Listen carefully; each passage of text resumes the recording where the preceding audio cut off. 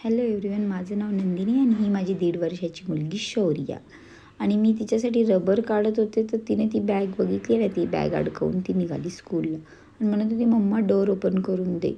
ऐकायलाच तयार आहे. आणि रिसेंटली तिने आणखीन एक माइलस्टोन अचीव केलं की ती स्वतः स्टेप्स उतरते आणि स्वतः चढते. आणि आपण कितीही म्हटलं ना मी पकडते तर तिचं असतं नो नो नाही पकडायचं.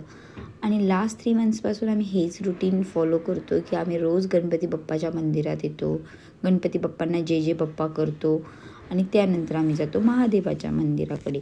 आणि महादेवाच्या मंदिरात असं आहे की मी पाणी घालते म्हणून तिनेही घातलंच पाहिजे. म्हणजे असं असतं ना की आपण जे करतो तेच आपल्या मुलांना करायचं असतं.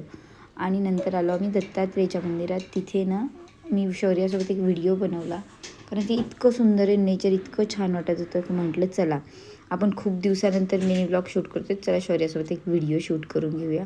ते मंदिर इतकं सुंदर आणि प्रशस्त आहे ना की मला तिथे जायला खूप आवडतं. आणि शौर्या पण तिथे खूप छान खेळते आणि मग छान वाटतं की तिला पण थोडासा बाहेरचा टाईम देण्यात येतो. थँक्यू.